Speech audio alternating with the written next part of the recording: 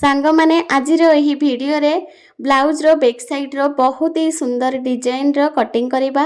तो चलंतु वीडियोटी को स्टार्ट करिबा। प्रथमे आमे कपड़ाटी को साइज हिसाब रे फोल्ड करि नबा। तापरे कपड़ाटी को सीधा करिबा पई आधा इंच हिसाब रे गोटे लाइन टाणी नबा। एई लाइन थारू ऊपर को आमे ब्लाउज रो पूरा लंबाटा रखिबा। तो जेमती कि हमर ब्लाउज रो पूरा लंबा अछि 13 इंच, सेथिरे आधा इंच मिसेइबा तो हमर हबो 13 इंच अधे। तो 13 इंच अधे रे गोटे मार्क करिबा। सेपट साइड रू मध्य 13 इंच अधे रे गोटे मार्क करिकि ए लाइन टी को सीधा करि नबा। आधा इंच आमे तळ साइड रू एक्स्ट्रा नबा, काहे कि ना एटा हमर अस्तर वाला ब्लाउज बनिबो।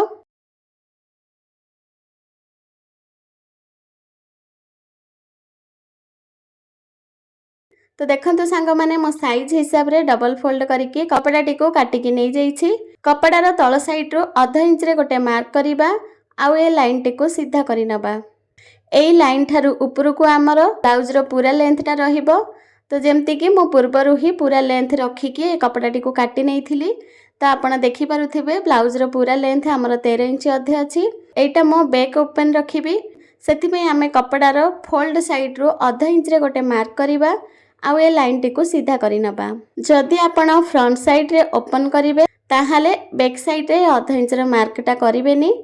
जेहेतु मो बैक साइड को ओपन रखिबी सेथि पई आधा इंच रे मार्क करिछि। वर्तमान आमे आधा इंच को छाडी के शोल्डर रो मापटा नबा।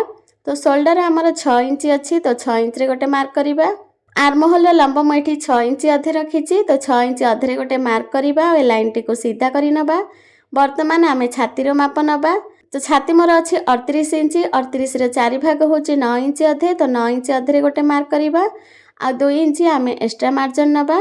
तापरे लाइन टी को सीधा करि नबा। एबे आर्म होल रो कोण रो 1.5 इंच रे गोटे मार्क करिबा आ आर्म होल रो शेपटा देई दबा। गळार चौड़ा म एठी 3 इंच रखिछि। एबे आमे अंटार माप नबा। तो अंटा हमर अछि 31 इंच। 31 को 4 भाग कले हमर आसीउछि 8 इंच के 2 पॉइंट कम। तो 8 इंच के 2 पॉइंट कम रे गोटे मार्क करिबा आउ 1 इंच आमे टक्स पई नबा आउ 2 इंच मार्जिन नबा।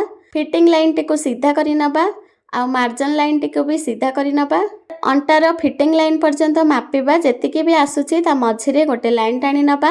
तो जेमती कि हमर एठी 9 इंच आसिला, तो 9 इंच रे अधा 4 इंच अधे हैला। तो 4 इंच अधे रे मार्क करिबा। टक्स रो लंब मध्य म एठी 4 इंच अधे रखिछि। ए लाइन टी को सीधा करिबा आ दुई पट साइड रो हमें आधा इंच लाखे मार्क करिबा आउ टक्स रो शेपटा देई दबा। गळार लंब म एठी 8 इंच अधे रखिछि। तो 8 इंच अधे रे मार्क कर नबा। गळार तळ चौड़ा म एठी 3 इंच रखिछि। तो 3 इंच रे मार्क करिकि लाइन टी को सीधा करि नबा। तो एठी गोटे बॉक्स बनै नबा। तापरे गळार शेपटा देई दबा। तो मु एठी गळारे भी शेप देइछि। आपण चाहिले गळारे जे कोनसी शेप देई परिबे।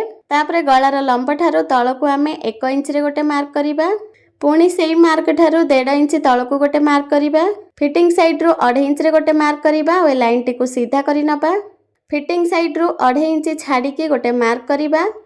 तापरे तळ को लाइन टा सीधा करि नबा आ हाथ रे एम्ति हल्का कर्व डिजाइन रो शेप देई दबा। एबे आमे शोल्डर डाउन करिबा। तो आर्म होल साइड को 2 पॉइंट रे मार्क करिके शोल्डर को डाउन करि नबा। तो वर्तमान हमर बैक साइड रो पूरा मार्किंग हेई गला। एबे आमे एहा को कटिंग करि नबा।